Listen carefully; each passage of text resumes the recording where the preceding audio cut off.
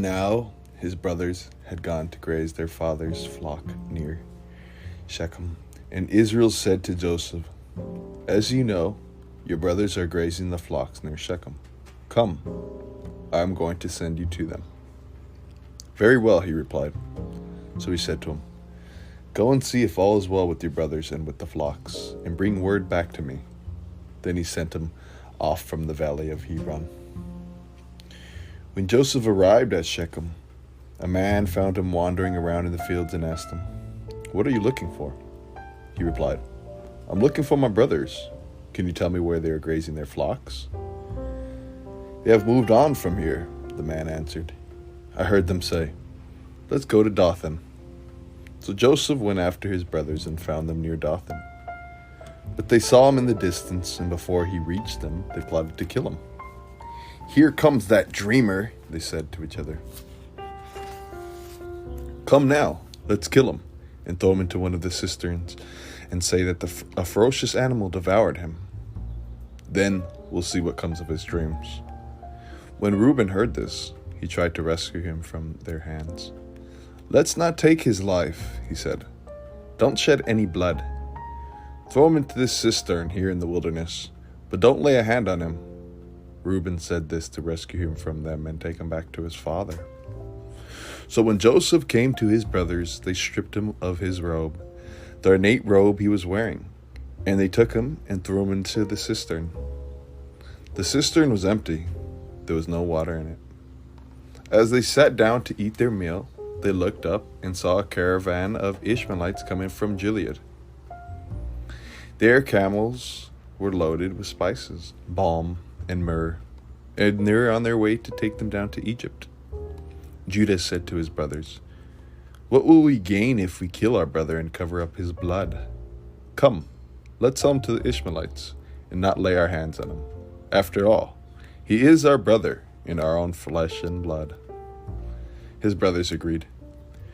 So when the Midianite merchants came by, his brothers pulled Joseph up to the cistern and sold him for 20 shekels of silver to the Ishmaelites, who took him to Egypt. When Reuben returned to the cistern and saw that Joseph was not there, he tore his clothes. He went back to his brothers and said, "The boy isn't there. Where can I turn now?" Then they got Joseph's robe, slaughtered a goat, and dipped the robe in blood. They took the ornate robe back to their father and said, "We found this. Examine it to see whether it is your son's robe." He recognized it and said, "It is my son's robe. Some ferocious animal has devoured him. Joseph has surely been torn to pieces." Then Jacob tore his clothes, put on sackcloth, and mourned for his son many days. All his sons and daughters came to comfort him, but he refused to be comforted. "No," he said, "I'll continue to mourn until I join my son in the grave." So his father wept for him. Meanwhile, the Midianites sold Joseph into Egypt to one of the Pharaoh's officials, the captain of the guard.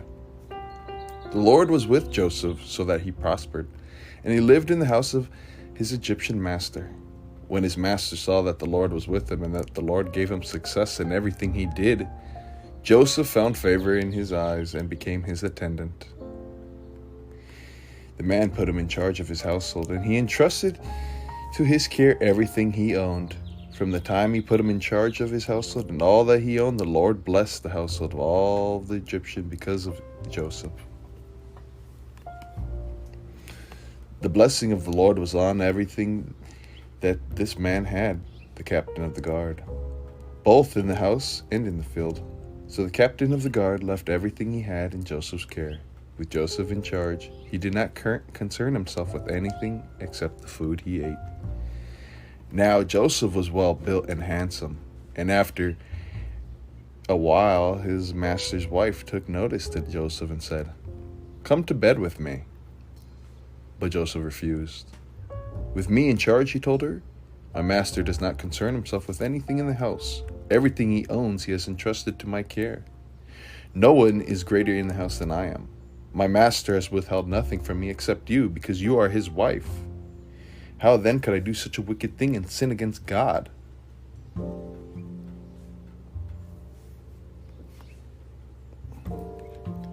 And though she spoke to Joseph day after day, he refused to go to bed with her or even be with her. One day he went into the house to attend his duties, and none of the household servants was inside. She caught him by his cloak and said, "Come to bed with me." But he left his cloak in her hand and ran out of the house. When she saw that he had left his cloak in her hand and run out of the house, she called her household servants. "Look," she said to them, "this Hebrew has been brought to us to make sport of us. He came in here to sleep with me, but I screamed. When he heard me scream for help, he left his cloak beside me and ran out of the house." She kept his cloak beside her until his master came home. Then she told him the story. "That Hebrew slave you brought us came to me to make sport of me, but as soon as I screamed for help, he left his cloak beside me and ran out of the house." When his master heard the story, his wife told him, saying, "This is how your slave treated me." He burned with anger. Joseph's master took him and put him in prison, the place where the king's prisoners were confined. But while Joseph was there in prison, the Lord was with him. He showed him kindness and granted him favor in the eyes of the prison warden. So the warden put Joseph in charge of all those who held in the prison, and he had made a responsibility for all that was done there. The warden paid no attention to anything under Joseph's care, because the Lord was with Joseph and gave him success in whatever he did. Joseph's administrative skills surfaced both in the house of the Egyptian master and in jail. Joseph also cultivated another talent while confined to Pharaoh's stinking prison. God gifted him with the unusual ability to discern the meaning of dreams. Once during his confinement, Joseph helped two of the Pharaoh's civil servants interpret their dreams. When Pharaoh's dream life took a bizarre turn, Joseph was summoned to the royal court.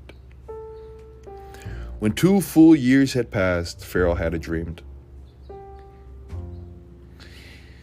In the morning, his mind was troubled, so he sent for all the magicians and wise men of Egypt. Pharaoh told them his dreams, but no one could interpret them for him. So Pharaoh sent for Joseph, and he was quickly brought from the dungeon. When he had shaved and changed his clothes, he came before Pharaoh. Pharaoh said to Joseph, "I had a dream, and no one can interpret it. But I have heard it said of you that when you hear a dream, you can interpret it." "I cannot do it," Joseph replied to Pharaoh. "But God will give Pharaoh the answer he desires." Pharaoh explained his two dreams this way. 7 beautiful fat cows emerged from the Nile, only to be eaten by 7 ugly, skinny cows. Then 7 savory heads of grain on a single stalk are swallowed up by 7 dried up, worthless heads. "What do you make of that?" Pharaoh asked Joseph. Giving credit to God for his gift of interpretation, Joseph told Pharaoh that the twin dreams foretold 7 years of booming crops to be followed by 7 years of dried up fields and famine. God planned it this way, Joseph said, so there could be no doubt it would happen. Joseph's recommendation to Pharaoh was to put a wise man in charge of storing food and preparing for the coming famine. The plan seemed good to Pharaoh and all of his officials. Then Pharaoh said to Joseph, "Since God has made all this known to you, there is no one so discerning and wise as you. You shall be in charge of my palace, and all my people are to submit to your orders. Only with respect to the throne will I be greater than you." So Pharaoh said to Joseph, "I hereby put you in charge of the whole land of Egypt." Then Pharaoh took his signet ring from his finger and put it on Joseph's finger. He dressed him in robes of fine linen and put a gold chain around his neck. He had him ride in his chariot and his second in command, and people shouted before him, "Make way!" Thus he put him in charge of the whole land of Egypt. Then Pharaoh said to Joseph, "I am Pharaoh, but without your word, no one will shift or will lift a hand or foot in all of Egypt."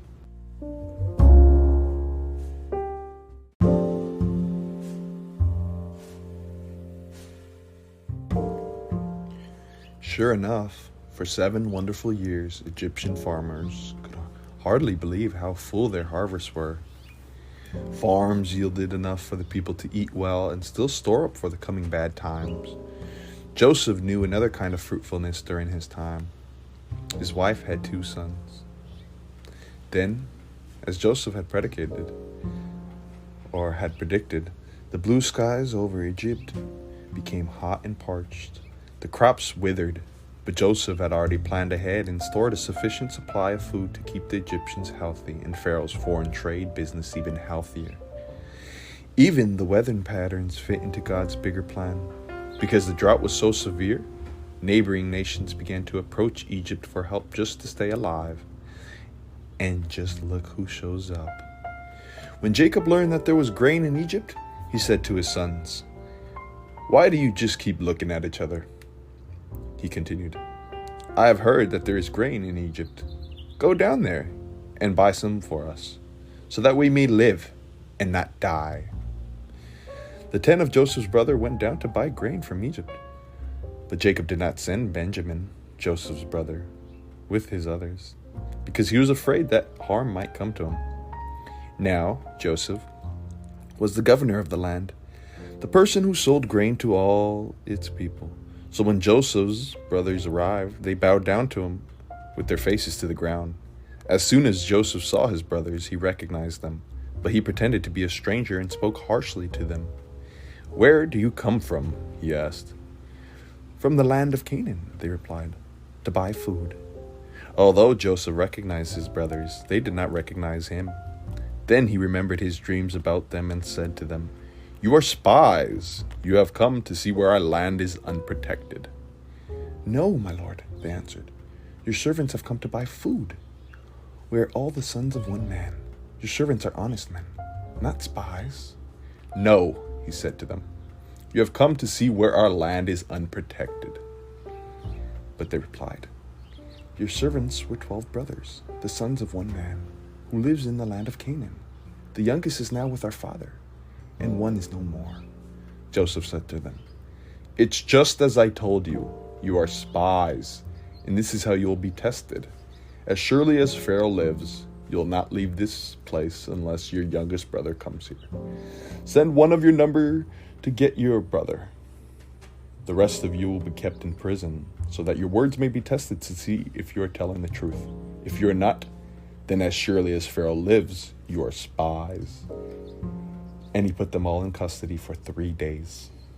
On the 3rd day, Joseph said to them, "Do this and you will live, for I fear God. If you are honest men, let one of your brothers stay here in prison, while the rest of you go and take grain back for your starving households. But you must bring your youngest brother to me, so that your words may be verified and that you may not die." This they proceeded to do. They said to one another, "Surely we are being punished because of our brother. We saw how distressed he was when he pleaded with us for his life, but we would not listen. That's why this distress has come on us." Reuben replied, "Didn't I tell you to not sin against the boy? But you wouldn't listen. Now we might give an accounting for his blood." They did not realize that Joseph could understand them, since he was using an interpreter. He turned away from them and began to weep, but then came back and spoke to them again. He had Simeon take from them and bound there before their eyes. Joseph developed a deceitful plan. He imprisoned one of his brothers, Simeon, as a supposed hostage, until his absent brother or younger brother, Benjamin, could appear in Egypt. He secretly returned the money used to purchase their grain to their brother's bag. He kept his own identity from them by using his second language, all while hearing perfectly well their own expressed fears. These 9 brothers were desperately confused. But Father Jacob wasn't confused at all. When the 9 sons told him the terms of the sale, Jacob wouldn't budge. No way he would surrender the young Benjamin to his Egyptian leader's examination, or even to the sorry band of sons who had allegedly lost Joseph to a wild beast so many years before.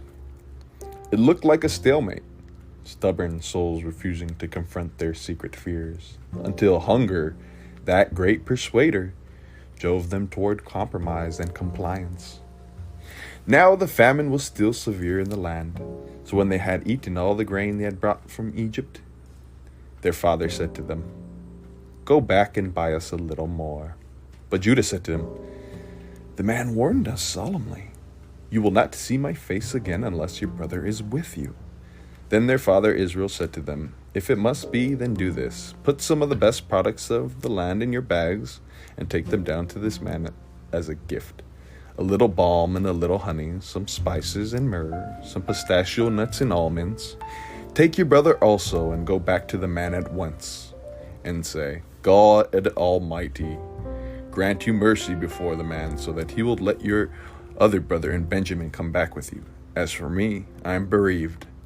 I am bereaved.'" So the men took the gifts and double the amounts of silver, and Benjamin also. They hurried down to Egypt and presented themselves to Joseph. When Joseph came home, they presented to him the gifts they had brought into the house, and they bowed down before him to the ground. He asked them how they were, and then he said, "How is your aged father you told me about? Is he still living?" They replied, "Your servant, our father, is still alive and well." And they bowed down, prostrating themselves before him. As he looked about and saw his brother Benjamin, his own mother's son, he asked, "Is this your youngest son, the one you told me about?" And he said, "God be gracious to you, my son." Deeply moved at the sight of his brother, Joseph hurried out and looked for a place to weep. He went into his private room and wept there.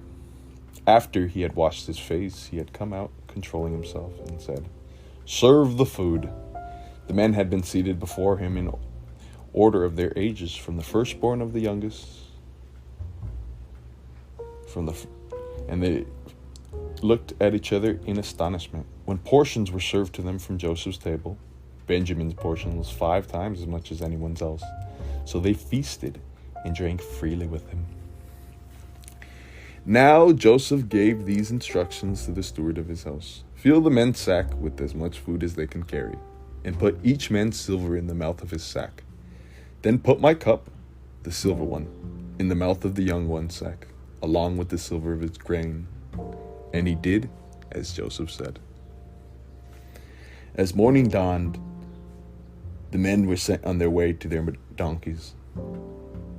They had not gone far from the city when Joseph said to his steward, "Go after those men at once, and when you catch up with them, say to them, 'Why have you repaid good with evil? Isn't this cup my master's drink from and also uses for divination? This is a wicked thing you have done." When he caught up with them, he repeated these words to them, but they said to him, "Why does my lord say such things? Far be it from your servants to do anything like that. We even brought back to you from the land of Canaan the silver we found inside the mouths of our sack. So why would we steal silver or gold from your master's house? If any of your servants is found to have it, he will die, and the rest of us will become my lord's slaves." "Very well, then," he said. "Let it be as you say. Whoever is to have it will become my slave. The rest of you will be free from blame." Each of them quickly lowered his sack to the ground and opened it. Then the steward proceeded to search, beginning with the oldest and ending with the youngest. And the cup was found in Benjamin's sack. At this they tore their clothes. Then they all loaded their donkeys and returned to the city.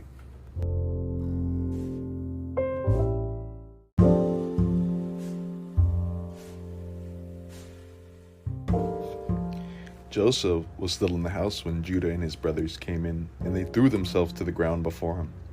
Joseph said to them, "What is this you have done? Don't you know what a man like me can find things out by divination? What can we say to the Lord?" Judah replied, "What can we say?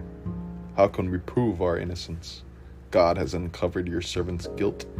We are now my Lord's slaves, we ourselves and the ones who was found to have the cup." But Joseph said, "Far be it from me to do such a thing. Only the man who was found to have the cup will become my slave. The rest of you go back to your father in peace." Then Judah went up to him and said, "Pardon your servant, my lord. Let me speak a word to my lord. Do not be angry with your servant, though you are equal to Pharaoh himself. Your servant, my father, said to us, You know that my wife bore me 2 sons. One of them went away from me, and I said, He has surely been torn to pieces, and I have not seen him since. If you take this one from me too, and harm comes to him, you will bring my gray head down to the grave in misery. So now if the boy is not with us when I go back to your servant, my father, and if my father, whose life is closely bound up with the boy's life, sees that the boy isn't there, he will die. Your servants will bring the gray head of our father down to the grave in sorrow. Your servant guaranteed the boy's safety to my father. I said, If I do not bring him back to you, I will bear the blame before you, my father, all my life. Now then, please let your servant remain here as my Lord's slave in the place of the boy, and let the boy return to his brothers. How can I go back to my father if the boy is not with me? No, do not let me see the misery that could come on my father. Then Joseph could not control himself any longer. Before all of his attendants, he cried out, Have everyone leave my presence. So then there was no one with Joseph when he made himself known to his brothers. And he wept so loudly that the Egyptians heard him, and Pharaoh's household heard about it. Joseph said to his brothers, I am Joseph. Is my father still living? But his brothers were not able to answer him because they were terrified at his presence. Then Joseph said to his brothers, Come close to me. When they had done so, he had said, I am your brother Joseph, the one you sold into Egypt. And now do not be distressed, and do not be angry with yourselves for selling me here, because it was to save lives that God sent me ahead of you. For 2 years now there has been famine in the land, and for the next 5 years there will be no plowing and reaping. But God sent me ahead of you to preserve for you the remnant on earth and to save your lives by a great deliverance. So then, it was not you who sent me here, but God. He sent me to Pharaoh, Lord of his entire household and ruler of all of Egypt. Now hurry back and to my father and say to him, This is what your son Joseph says. God has made me Lord of all of Egypt. Come down to me.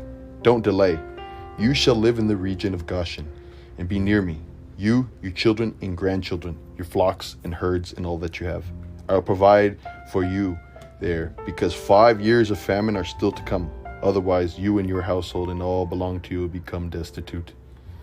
You can see for yourselves, and so can my brother Benjamin. That is really who I am speaking to you, and why I'm speaking to you. Tell my father about all the honor accorded me in Egypt, and about everything you have seen, and bring my father down here quickly. Then he threw his arms around his brother Benjamin and wept, and Benjamin embraced him, weeping. And he kissed all his brothers and wept over them. Afterwards his brother talked with them. So they went up out of Egypt and came to their father Jacob in the land of Canaan. They told him, Joseph is still alive. In fact, he is ruler of all of Egypt. Jacob was stunned. He did not believe them. But when they told him everything Joseph had said to them, and when he saw the carts Joseph had sent to carry him back, the spirit of their father Jacob revived. And Israel said, I'm convinced my son Joseph is still alive. I'll go and see him before I die. So Israel set out with all that was his, and when he reached Beersheba, he offered sacrifices to the God of his father Isaac. And God spoke to Israel in a vision at night and said, Jacob, Jacob. Here I am, he replied. I am God, the God of your father, he said. Do not be afraid to go down to Egypt, for I will make you into a great nation there. I will go down to Egypt with you, and I will surely bring you back again. And Joseph's own hand will close your eyes. Then Jacob left Beersheba. And Israel's son took their father Jacob and their children and their wives in the carts that the Pharaoh had sent to transport him. Now Jacob sent Judah ahead of him to Joseph to get directions to Goshen. When they arrived in the region of Goshen, Joseph had his chariot made ready and went to Goshen to meet his father Israel. As soon as Joseph appeared before him, he threw his arms around his father and wept for a long time. Israel said to Joseph, Now I am ready to die, since I have seen for myself that you are still alive. So Joseph settled his father and his brothers in Egypt and gave them property in the best part of the land, the district of the Ramses, as Pharaoh directed. Jacob lived in Egypt 17 years, and the years of his life were 147. When the time drew near for Israel to die, he called for his son Joseph and said to him, "If I have found favor in your eyes, put your hand under my thigh and promise that you will show me kindness and faithfulness. Do not bury me in Egypt, but when I rest with my fathers, carry me out of Egypt and bury me where they are buried." "I will do as you say," he said. "Swear to me," he said. Then Joseph swore to him, and Israel worshipped as he had leaned off the top of his staff. Then Israel said to Joseph, "I'm about to die, but God will be with you and take you back to the land of your fathers."